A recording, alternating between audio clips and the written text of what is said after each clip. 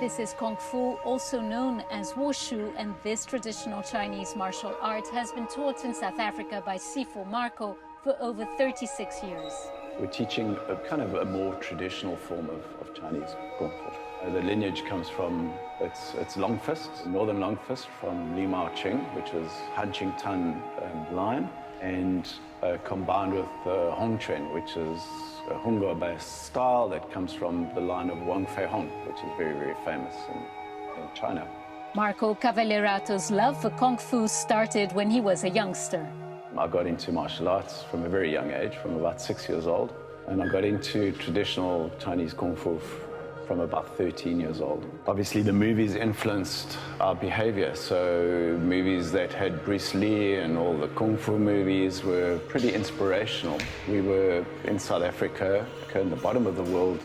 These students took up martial arts as a way of keeping in touch with Chinese culture. Kung Fu, for me, it's a very precious and rare cultural art form, going back many years, many hundreds of years, and I think it should be treasured not just by Chinese people but by the global population. I do feel the connection because we've been over to China, where the main school is, so I do feel a connection, and there's a lot of history behind it, and the historical value of Kung Fu and how it developed in China is very important to me. Sifu Marco's name has been synonymous with this type of martial arts for years, and his students have stuck with him. I've been lucky in the sense that I've taught for over 36 years, 37 years, and I have students that have been around for almost that long, 30. So Marco is a great teacher. He's, I think, like a second father to me. And when I first joined the school, I expected it to be quite a rigorous sort of traditional, almost like a karate style. But following the Chinese tradition, it's more of a family-type system.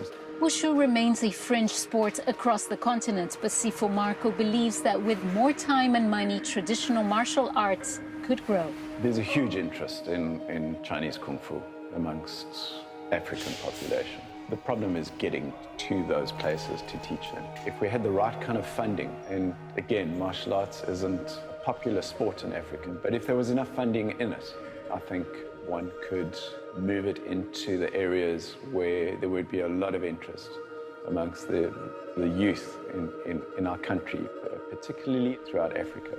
Wushu still hasn't been added as an Olympic sport, but for now that battle can wait. The eyes of these students are firmly focused on their art form. Scheier, CGTN, Cape Town, South Africa.